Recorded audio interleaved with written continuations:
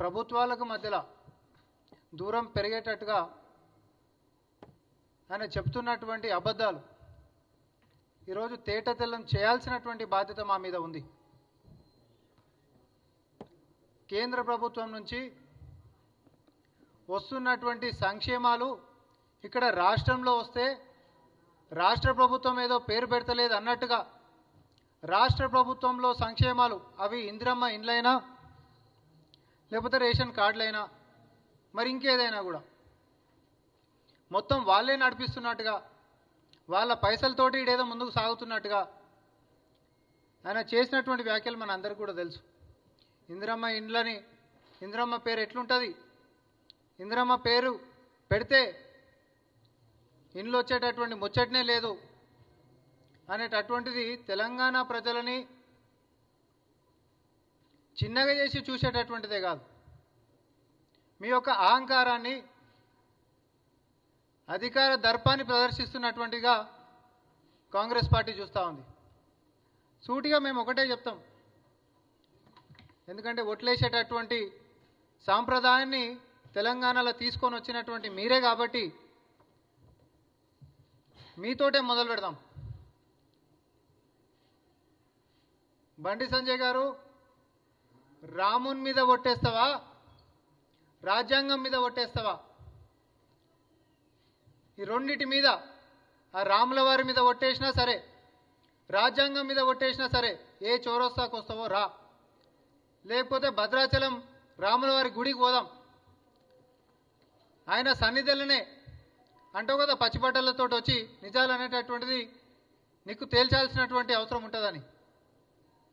కేంద్రం కెంచి ఎన్ని నిధులు తెచ్చినావు, కేంద్రం కెంచి ఎన్ని ఇండ్లు కట్టినావు, ఏ ఇండ్లు కట్టినావు అని చెప్పి నీ పేరు పెట్టాలి. ఇవన్నీ తేటతెల్లం మేము కూడా చేస్తాం లెక్కలతోటి. చౌరస్తాకు వచ్చినా సరే ఈడ మేము చెప్తాం, మీ కాడ ఏమైనా లెక్కలు ఉంటే పట్టుకొని వచ్చినా సరే. తెలంగాణ ప్రజలకు తెలవాల్సినటువంటి ముచ్చట ఏంటంటే 2014 నుంచి మళ్ళీ ప్రభుత్వం మారి ఇప్పటిదాకా కూడా ఇప్పటివరకు కూడా ఏడనన్నా ఒక మారుమూల గ్రామంలో కట్టినటువంటి ఇండ్లల్లా ఒక ఇటుకే పెళ్ళకి ఒక రూపాయి గిట్ట కేంద్రం కెంచి చెల్తే నువ్వు ఏడుకంటే ఆడికి మేము దేనికైనా సిద్ధం. ఒక ఇటుకే పెళ్ళకి ఒక రూపాయి ఇచ్చిన ముఖం మీద కాదు. గత 10 సంవత్సరాల్లో పిఎం ఆవాస్ యోజన అనేటటువంటిది మన అందరికీ కూడా తెలుసు.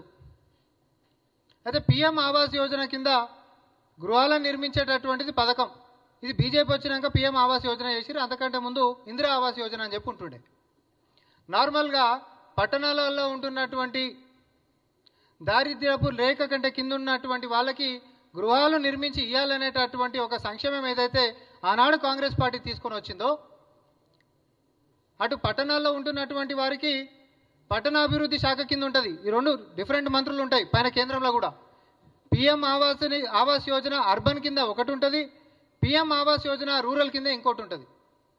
పిఎం ఆవాస్ యోజన రూరల్ కింద ఆయన అన్నాడు కదా, ఏ ఊరికి పోయినా కూడా ఈరోజు మేము ఇస్తున్నటువంటి పథకాలతో నడుస్తుంది, మేము ఇస్తున్నటువంటి వాటి మీదకించే వీళ్ళు చెప్పుకుంటా మా పేరు పెట్టకుండా ఇందిరమ్మ పేరు పెడితే ఒప్పుకోమని అంటుండు కదా. మరి ఏ ఊర్లో పిఎం ఆవాస్ యోజన గ్రామీణాభివృద్ధి కింద నువ్వు గత 10 సంవత్సరాలలో కేంద్రం కించి ఇచ్చినటువంటిదో మీరు అధికారికంగా కాగితాలు పట్టుకొని రావాలి. ఇది కాంగ్రెస్ పార్టీ నుంచి ఓపెన్ ఛాలెంజ్ చేస్తా ఉన్నాం. అసలు కేంద్రం కించి ఎంత వస్తాయి, రాష్ట్రం కించి ఎంత వస్తాయి, ఈ పథకం ఏం చెప్తుంది అనేటటువంటిది ప్రజలకి తెలవాల్సినటువంటి అవసరం ఉంది. ఈరోజు పిఎం ఆవాస్ యోజన రూరల్ కింద ఈ పథకం ఏమని చెప్తుంది అని అంటే 1,20,000 రూపాయలు ఇంటికి ఇస్తారండి. 1,20,000 రూపాయలు ఇంటికి ఇస్తారు. దీంట్లో కేంద్ర ప్రభుత్వం ఎంత ఇస్తుంది తెలుసా? 72,000 రూపాయలు ఇస్తుంది. మిగతా 48,000 రూపాయలు రాష్ట్ర సర్కారు భరించాలి. పిఎం ఆవాస్ యోజన అర్బన్ కింద అంటే పట్టణాల్లో ఉంటున్నటువంటి దాని కింద 2.5 లక్షల రూపాయలు ఇస్తారు. ఈ పథకం కింద మొత్తం ఇంటికి విలువ కేంద్ర ప్రభుత్వం కట్టేది, పట్టణంలో పేదోళ్ళకి ఇచ్చేటటువంటిదేమో 2.5 లక్షల రూపాయలు. దీంట్లో కేంద్రం ఎంత ఇస్తుంది? 1,50,000 రూపాయలు ఇస్తుంది. రాష్ట్రం ఎంత భరించాలి? 1,00,000 రూపాయలు భరించాలి. అదే గ్రామాలలో అయితే పిఎం ఆవాస్ యోజన గ్రామీణాభివృద్ధి శాఖ కింద ఉంటుంది. ఇద్దరు మంత్రులు వేరు, మన ముఖ్యమంత్రి గారు మన డెలిగేషన్ ఇద్దరు కలిసిర్రు. 72,000 రూపాయలు ఇంటికి ఇచ్చేటటువంటి దాంట్లో ఈ ప్రభుత్వం ప్రజాప్రభుత్వం ఏర్పడ్డ తర్వాత ప్రతి పేదవాడికి ఇల్లు కట్టిస్తామనేటటువంటి మాట ఇచ్చినటువంటి మేము, కట్టించినటువంటి చరిత్ర ఉన్నటువంటి మాకు ఆ ఇంద్రమ్మ పేరు మీద సాక్షాత్ ప్రతి ఊర్లో ఒక మాటనే ఉంటుంది, హనుమన్ల గుడి లేని ఊరు లేదు, ఇందిరమ్మ ఇల్లు లేని వాడలేదని ఉత్తగన్నారు. ఏ ఊరికైనా పోతే ఇందిరమ్మ ఇల్లు కట్టించినటువంటిది ఒక ఊరు చూపిస్తారా ఈరోజు తెలంగాణలో? Open challenge. ఇదే 10 సంవత్సరాలలో ఏ మారుమూల ప్రాంతానికన్నా పోతే ఒక రూపాయి చెందినటువంటి ఇల్లు చూపిస్తావని బీజేపీకి ఎంచి బండి సంజయ్ గారు జవాబు చెప్పాలి. టోటల్ 10 సంవత్సరాలల్లో నువ్వు ఊర్లలో కట్టేటటువంటిది రూరల్ డెవలప్మెంట్ కింద ఒక్క ఇంటికి అనా పైసా నువ్వు ఇవ్వలేదు. ఈరోజు వచ్చేసి అంటాడు ఏ పేరు పెట్టినా నరేంద్ర మోడీ గారి బొమ్మ పెట్టాలంట. దేనికి పెట్టాలండి బొమ్మ? అందులో ఇంకొకటి, మనం ఎంత ఇస్తున్నామండి? రాష్ట్ర సర్కారు నుంచి ఇందిరమ్మ ఇల్లు కట్టించేటప్పుడు 5 లక్షల రూపాయలు బీసీ బిడ్డలకి, ఎస్సీ ఎస్టీ బిడ్డలకేమో 6 లక్షల రూపాయలు మనం ఇస్తున్నాం. 6 లక్షల రూపాయలు మనం ఇస్తే ఆయన రూరల్ డెవలప్మెంట్ కింద మనం పోయి అడిగినాం. నిజం చెప్పాలంటే కాంగ్రెస్ పార్టీ బీజేపీ అంటే 2 భద్రశత్రులు లెక్క కొట్టుకోవాలి. కానీ మీకు గుర్తుండాలి, ప్రధానమంత్రి గారు వచ్చినప్పుడు అదే వేదిక మీదకించి ప్రజల ముఖ్యమంత్రి అయినటువంటి చిత్తశుద్ధి ఉన్న నాయకుడు గౌరవనీయులు ముఖ్యమంత్రి వర్యులు రేవంత్ రెడ్డి గారు ఏమన్నారు? రాజకీయాలకు అతీతంగా భేషజాలకి పోకుండా నా తెలంగాణ ప్రజలకి మేమిచ్చినటువంటి హామీలలో నెరవేర్చడానికి పెద్దన్న పాత్ర లెక్క కేంద్రం ముందుకు రావాలి. దానికి ఎన్ని మెట్లైనా మేము దిగడానికి సిద్ధం. పేరు గురించి పాకులాడేది లేదు, రాజకీయాలు చేసేటటువంటి అంశమే కాదు sir. End of the day అందరూ తెలంగాణ ప్రజలకి సంక్షేమాలు అందించనీకే మీరైనా మేమైనా కూడా కలిసి ముందుకు నడుద్దాం. దానికి మా ప్రభుత్వం నుంచి మేము ఎన్ని మెట్లైనా దిగుతామని చెప్పి మేము చెప్పినామా లేదా? దేనికోసం అన్నామన్నా? మేము దేనికోసం చెప్పినాం? 6 లక్షల రూపాయలు మేము ఇస్తుంటే 72,000 రూపాయలు నీ పథకం అవి ఇయ్యలే ఇప్పటిదాకా. ఇవ్వండి సార్ అని చెప్పి మేము అడిగినాం. ఎందుకనంటే ఉంటున్నటువంటి ఆర్థిక పరిస్థితులల్లో ఎంతో కొంత కేంద్రం కించి పథకం కించి వస్తే ఇంత ఆసరు ఉంటుంది అనేటటువంటి చిత్తశుద్ధి. అది శాతం కూడా లెక్క పెడితే ఎంత అవుతుందన్నా 10 నుంచి 15% మధ్యలో అవుతుంది. మనం పెట్టేటటువంటి పైసలల్లో కేంద్రం కించి వచ్చేటటువంటి సహాయం ఒక 10 నుంచి 15% అవుతుంది మనకు మేలు చేసేది. ఆ 10 నుంచి 10% కూడా ఎందుకు వద్దనాలే? వాళ్ళకిట ఇస్తే ఇంకో 10-15% మంది జనాలకి ఇంకిన్లు కూడా కట్టివచ్చు కదా అనేటటువంటి ఉద్దేశం మాదన్న. మా చిత్తశుద్ధిని మీరు ఈరోజు రాజకీయాలకు వాడుకుంటా ఈ దేశం కోసం ప్రాణ త్యాగాలు చేసినటువంటి వాళ్ళని నోటికి వచ్చినట్టు మీరు వాగుకుంటా మీరు అహంకారాన్ని ప్రదర్శిస్తే అయినా ప్రజలకే వదిలిపెడుతున్నాం మేము. ఎందుకంటే రూపాయి రాష్ట్ర సర్కార్ ఖర్చు చేస్తుంటే 12 పైసలో 13 పైసలో 14 పైసలు అది ఎంత లెక్క అవుతుందో ఇచ్చేటటువంటి నువ్వు అది ఇంకా ఇయ్యలేదు. అడుగుతున్నాం మేము, ఇచ్చేదానికే నువ్వు పెట్టేటటువంటి కండిషన్ ఏంది? మా పేరే పెట్టాలి, మా పేరు పెట్టకపోతే ఎవరికి ఇల్లు కట్టించేదే లేదంటవా? ప్రజలని నేను కూడా అడుగుతా ఉన్నా, రూపాయి రాష్ట్ర సర్కారు పెడితే ఓ 13 పైసలు కేంద్ర సర్కార్ గిట్ట పెడితే దాంట్లో ఎవరి పేరు పెట్టాలండి? ఎవరి పేరు పెడతారు మీరు చెప్పండి? మేము చెప్తున్నాం మొత్తం ప్రజలకు కూడా ఇల్లు లేనటువంటి వాళ్ళందరికీ కూడా ఇల్లు కట్టిండ్రి సార్, మీ పేరే పెట్టుకోండి, మొత్తం మీ పేరే పెట్టుకోండి. ఇక్కడ మేము పేరు కోసం పాకులాడతలేదు, దయచేసి మీరు ఇది అర్థం చేసుకోవాలి. ముఖ్యమంత్రి గారి యొక్క ఆలోచన మాకు పేరు గురించి పాకులాడడం కాదు, పేద ప్రజలకి ఇల్లు కట్టించడమే లక్ష్యంగా ముందుకు సాగుతున్నటువంటి ప్రజా ప్రభుత్వం. 10 సంవత్సరాల నుంచి కేంద్ర సర్కారులో ఉంటున్నటువంటి బీజేపీ వాళ్ళు రాష్ట్ర సర్కారు మీద, రాష్ట్ర సర్కారులో ఉంటున్నటువంటి వాళ్ళేమో కేంద్ర సర్కారు మీద ఒకరి మీద ఒకటి బురద చల్లుకుర్రు. ప్రజల నోట్లో మాత్రం మనుగొట్టిరు. ఇది మనందరికి తెలిసినటువంటిది. ఎంతమందికి ఇల్లు కట్టించిండండి? ఎవరికైనా ఇల్లు కట్టించిండ్రా? ఇల్లు కట్టించినటువంటి చరిత్ర ఉందా? దాంట్లో కేంద్రం యొక్క సహకారం గిట్ట ఏమని ఉండే? ఈరోజు మేము అంటున్నాం కాబట్టి, మేము అడుగుతున్నాం కాబట్టి ఎంత సహకారం మీ పథకం చెప్పినా అన్నిట్లల్లో కూడా మీ సహాయ సహకారాలు మాకు అందించుండ్రి. తద్వారా క్షేత్రస్థాయిలో ఈరోజు మనకు అర్థమైతే లేదా? 10 సంవత్సరాలల్లా సంక్షేమాలు దూరమైనటువంటి ప్రజలు ఒక గ్రామ సభ పెడితే తండోపతండాలకు వస్తారు. దాంట్లో ఎవరైనా సంక్షేమం పాపం దరఖాస్తు విషయంలో కూడా ఒక రోజు అటు ఇటు అయితే కూడా వారి యొక్క బాధని దాన్ని ఏదో భూతద్దంలో చూపించేటటువంటిది. బరాబర్ మా సర్కారు నుంచి మేము ఒకటే చెప్తా ఉన్నాం, మీరు చేస్తున్నటువంటి అన్ని దరఖాస్తులను కూడా పరిశీలించి అర్హులందరికీ కూడా సంక్షేమాలు అందించడమే లక్ష్యంగా గౌరవ ముఖ్యమంత్రి వర్యులు ముందుకు పోతా ఉన్నాడు. యావత్ యంత్రాంగాన్ని ముందుకు నడిపిస్తూ ఉన్నారు. ఈరోజు మా క్యాబినెట్లో మా మంత్రులు మొత్తం క్షేత్రస్థాయిలో ఈరోజు ఏ రోజైనా 10 సంవత్సరాలు ఇట్లా గ్రామ సభలు పెట్టి దరఖాస్తులు తీసుకొని వారి సమస్యల పరిష్కారానికి కృషి చేసినటువంటిది ఏ రోజైనా చూసినామా? కనీసం కలిసేటటువంటి నాయకులే దిక్కు లేకుంటుండే, సచివాలయం అనేటటువంటిదే ఎవరికి తెలియకపోయే, ప్రగతి భవన్ గోడలు అనేటటువంటిది ఎవరికి అందనటువంటి ఎత్తుకుండే, అట్లాంటిది వాళ్ళు నడిపించారు. వాళ్ళ మీద బురద చల్లుకుంటా, వాళ్ళు మీ మీద బురద చల్లుకుంటా, కేంద్రం నుంచి రాష్ట్రం నుంచి ఎవరు ఇవ్వకుండా మొత్తం మీద తెలంగాణ ప్రజల నోట్లో మాత్రం మనుగొట్టిరు. ఇక రెండో విషయానికి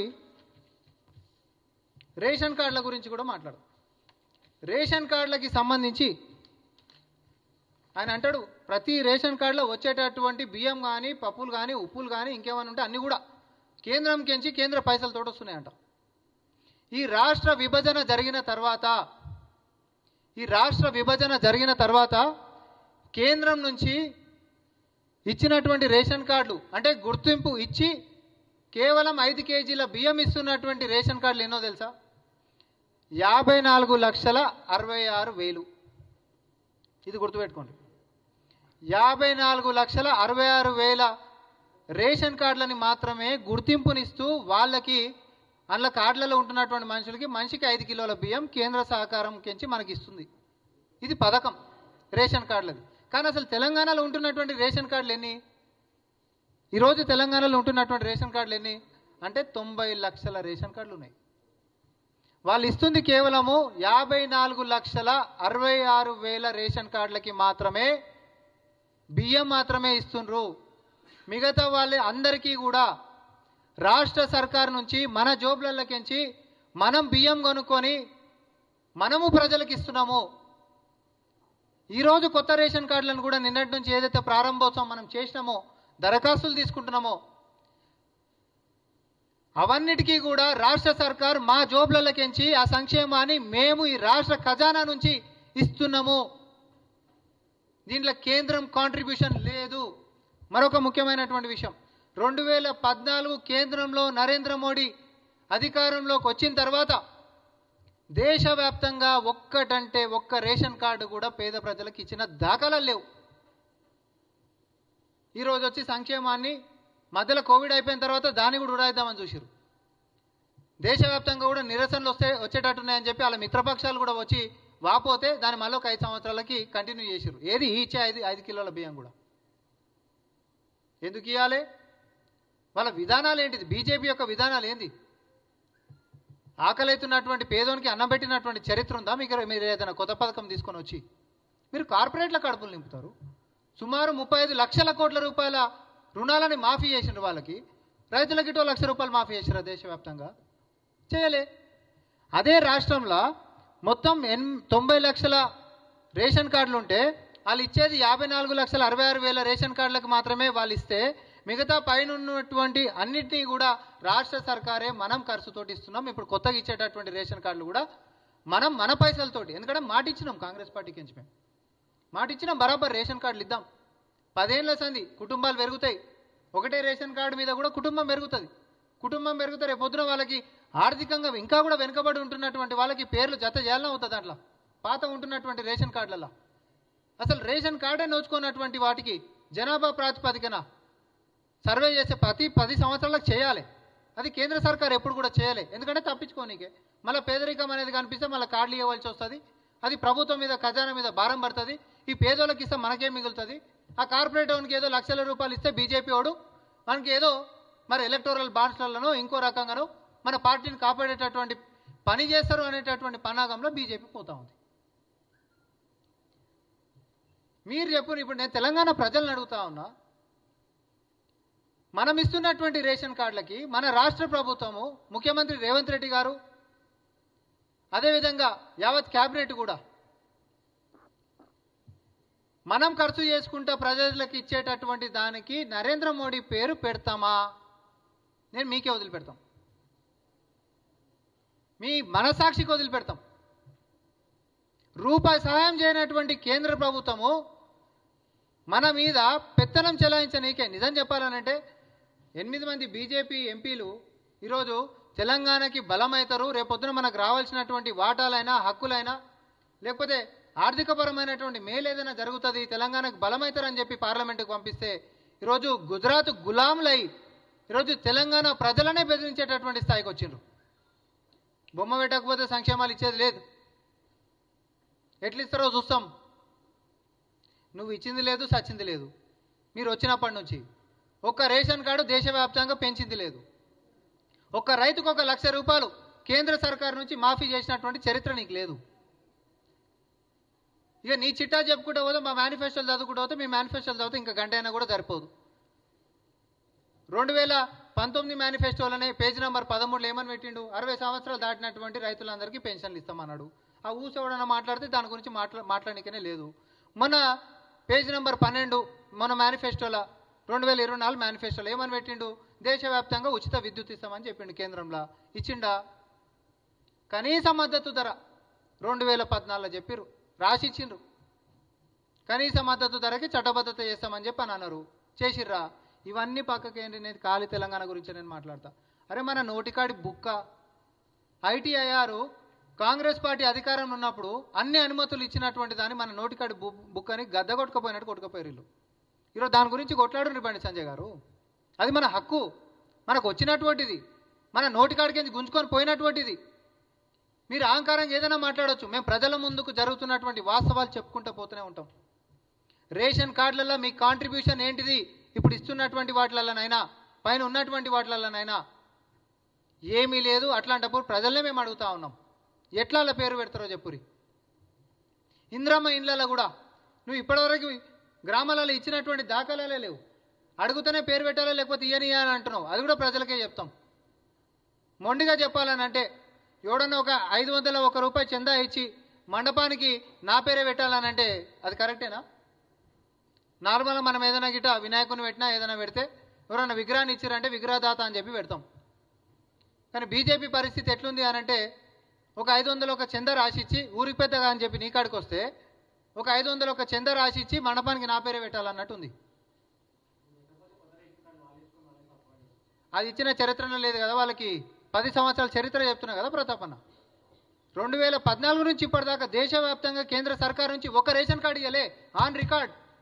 రమ్మను, నేను అంటున్నా కదా, రాములవారి మీద ప్రమాణం చేయమని ఇచ్చినామని చెప్పి, లేకపోతే రాజ్యాంగం మీద చేయమనుండ్రి. ఎందుకు ఇట్లాంటి అబద్ధాలు? కేంద్ర మంత్రి స్థాయిలో ఉండి మీరు ఇట్లాంటి అబద్ధాలు ఆడి ఎవరిని ముంచుతారు? గణతంత్ర దినోత్సవం నిన్న 76 సంవత్సరాలు పూర్తి చేసుకున్నాం. గతంలో ఎప్పుడన్నా ఇట్లాంటివి ఉన్నాయా? భేషజాలాలు ఉన్నాయా? ప్రజల మధ్యలో ఎంతసేపు చిచ్చులు పెట్టేసేసి అరే ఎక్కడ పోతున్నాం మనము? మీరు కేంద్రంలో అని అంటే సార్ మాకు ఇన్లు ఇంకెక్కువ కావాలని చెప్పి కొట్లాడేటోళ్ళు బీజేపీ నేతలు, బీజేపీ ఎంపీలు అయి ఉండాలి. కేంద్ర మంత్రుల స్థాయిలో ఉంటున్నప్పుడు ఈ రాష్ట్ర హక్కుల గురించి కొట్లాడాలి. అదేం లేదు. మా బొమ్మ పెట్టకపోతే ఉన్నాయి కూడా ఇయ్యం, బెదిరిస్తురా మీరేమన్నా? మీ బొమ్మ పెట్టకపోతే మీరు ఇయ్యనిస్తారా, ఇయ్యనియరా? ఈ బెదిరింపులను చూసి ప్రజలు మీ బొమ్మని ఉంచుతారా, ఉంచరా? అది ప్రజలకే వదిలిపెడుతున్నాం మేము. దయచేసి బూటకపు ప్రచారాలు బంద్ చేసి పని మీద పడి పనికొచ్చేటటువంటి పనులు బీజేపీ ఎంపీలైనా కేంద్ర మంత్రులు ఇద్దరైనా రాష్ట్ర ప్రయోజనాల గురించి పోతున్నటువంటి అంశాలని దృష్టిలో పెట్టుకొని పనికిరానటువంటి విమర్శలని పక్కన పెట్టి ఈ రాష్ట్ర ప్రజల హితం కోసం, రాష్ట్ర ప్రజలకి మనం మాట ఇచ్చినాం, మన ప్రజలు బాగుపడతారు, ఇండ్లు వస్తే మన ప్రజలకు వస్తాయి, రేషన్ కార్డులు వస్తే మన ప్రజలకు వస్తాయి, ఇంకే సంక్షేమాలు వచ్చినా మన ప్రజలకు వస్తాయి. పోటీ మీద బీజేపీ చేయండి, కానీ బురద రాజకీయాలు చేయకుండా అని చెప్పి విజ్ఞప్తి చేస్తా ఉన్నాం.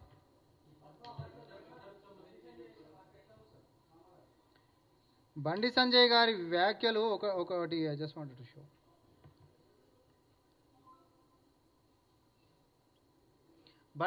గద్దర్ గారు మరణించిన తర్వాత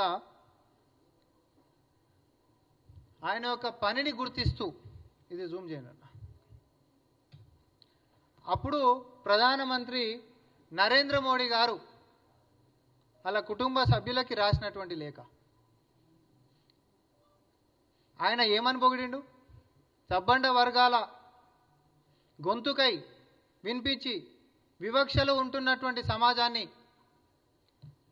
వివక్ష రహితంగా ముందుకు తీసుకొని పోయేటటువంటి ప్రయత్నం చేసినటువంటి ఆ యొక్క మహానుభావుడు లెక్క పొగుడుతూ ప్రధానమంత్రి గారు మరి లేఖ రాస్తే బండి సంజయ్ గారు ఆయన ప్రధానమంత్రి గారు ఇట్లా నిలబడి మాట్లాడితే ఇట్లా నిలబడి మాట్లాడుతున్నాడు.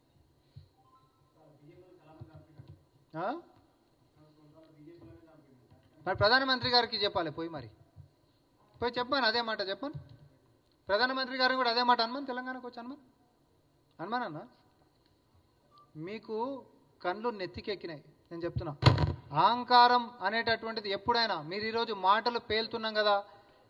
ఇందిరమ్మ గారిది కూడా ఇంకొక పదం కూడా అన్నారు, వేరే పథకాల పేర్లు కూడా ఇంకోమన్నా కూడా పేర్లు పెట్టుకోండి అని చెప్పి అన్నాడు. ఆ పదాలు కూడా మేమేం ఉచ్చరించాం. అల్పంగా మాట్లాడకూరి, అహంకారంగా అసలు మాట్లాడకూరి. నేను చెప్తా ఉన్నా ప్రజల గురించి మాట్లాడితే మీకే కీర్తి వస్తుంది, ప్రజల సంక్షేమం గురించి మాట్లాడితే మీకే వస్తుంది. జస్ట్ ఏదో మనం మాట్లాడేసేసి ప్రజలని ఇట్లా డివైడ్ చేయాలి అనేటటువంటి ఆలోచనతోటి రాజకీయాలకి ఇట్లా చేస్తే విధ్వంసపు రాజకీయాలకి పూనుకుంటున్నటువంటిది, విడదీసేటటువంటి రాజకీయాలు చేస్తున్నటువంటి బీజేపీ నాయకుల యొక్క వైఖరి తెలంగాణ సమాజం స్పష్టంగా చూస్తుంది. తెలంగాణ ఉద్యమాన్ని తన గొంతుకై ముందుకు నడిపించి రాష్ట్ర సాకారంలో పునాదిరాయి అయినటువంటి గద్దర్ గారిని పట్టుకొని నువ్వు అడ్డగోలుగా మాట్లాడితే నీ కాంట్రిబ్యూషన్ ఏంది బండి సంజయ్ గారు? అసలు తెలంగాణ రాష్ట్రంలో నీ కాంట్రిబ్యూషన్ ఏంటిది? ఇచ్చిన పార్టీగా మేము కొట్లాడుకున్నట్టుగా సబ్బండ వర్గాలు అట్లా ముందు నడిపించినటువంటిగా తెలంగాణ అమరవీరులు అయిపోయినటువంటి వాళ్ళందరూ ఉద్యమకారులు వీళ్ళందరిది పాత్ర ఒకటైతే అసలు నీ పాత్ర ఏంటిది? మీ పార్టీ పాత్ర ఏంటిది? తెలంగాణని విడదీసిన దాన్ని పార్లమెంటు సాక్షిగా వ్యంగ్యంగా మాట్లాడినటువంటి ప్రధానమంత్రి గారిని చూస్తాం. అదొక చీకటి దినంగా అభివర్ణించినటువంటి ప్రధానమంత్రి గారిని చూస్తాం. తెలంగాణ అన్న తెలంగాణ పట్ల ఎప్పుడు కూడా చిన్న చూపు ఉంటున్నటువంటి మీ యొక్క వైఖరి ఆ రోజు తనకపోయినటువంటి ఐటీఐఆర్ అయినా లేకపోతే మీకు ఇచ్చుడు కుదరదని చెప్పినటువంటి బయారం ఉక్కు పరిశ్రమ అయినా ఏ అంశంలో కూడా తెలంగాణకి ఈరోజు మిగతా రాష్ట్రాలతోటి పోల్చుకుంటే మనకు మొండి చేయి చూపిస్తున్నటువంటి కేంద్ర సర్కార్ని అయినప్పటికీ మా విజ్ఞతతోటి 10 సార్లు కాకపోతే 20 సార్లు అయినా కేంద్రం దగ్గరికి పోయి కేంద్ర ప్రభుత్వం లెక్క మేము మాట్లాడుతూ ఉన్నాం, బీజేపీ లెక్క చూస్తలే. ఎందుకోసం అనంటే రాష్ట్ర ప్రజల ప్రయోజనం కోసం మాత్రమే. అది చాతగాంతనం అనుకుంటే మీరు అనుకుంటే మీరు చాలా అపార్థం చేసుకున్నట్టు అవుతారు. మా ప్రజలకి ఇల్లు కట్టియనీకే మా నాయకుడు రేవంత్ రెడ్డి గారు 4 మెట్లు దిగుతా అని చెప్పిండు. మా నాయకులు మొత్తం 4 మెట్లు కిందికి దిగిండ్రు, కేంద్రాన్ని అడుగుతుండ్రు. కానీ మీరేదో కేంద్రం దగ్గరికి వచ్చిండ్రు కదా అంటే మేము కాళ్ళకాడకు వచ్చినట్టు గిట్ట మీరు ఏదో ఫీల్ అయిపోతే మాత్రం తెలంగాణ సమాజానికి రెండొచ్చు. విజ్ఞతతో మర్యాదతో మాకు కావాల్సినటువంటి దాన్ని విజ్ఞప్తి చేసుకోవడం కూడా మాకొచ్చు. చెప్తే వినకపోతే ఎట్లా సాధించుకోవాలన్నా కూడా మాకొచ్చు. అందుకనే మళ్ళీ కూడా చెప్తా ఉన్నాం, మీ బొమ్మ వేసేది వేయంది నేను ఉన్న వాస్తవం చెప్పిన. రూపాయల 10 పైసల కాంట్రిబ్యూషన్ కూడా చేయనటువంటి నీ బొమ్మ వేయాలన్నా వద్దా తెలంగాణ ప్రజలు డిసైడ్ చేస్తారు. కానీ బొమ్మ వేయకపోతే అనేటటువంటి నీ అహంకారాన్ని మాత్రం ఖచ్చితంగా తెలంగాణ ప్రజలు బుద్ధి చెప్తారు.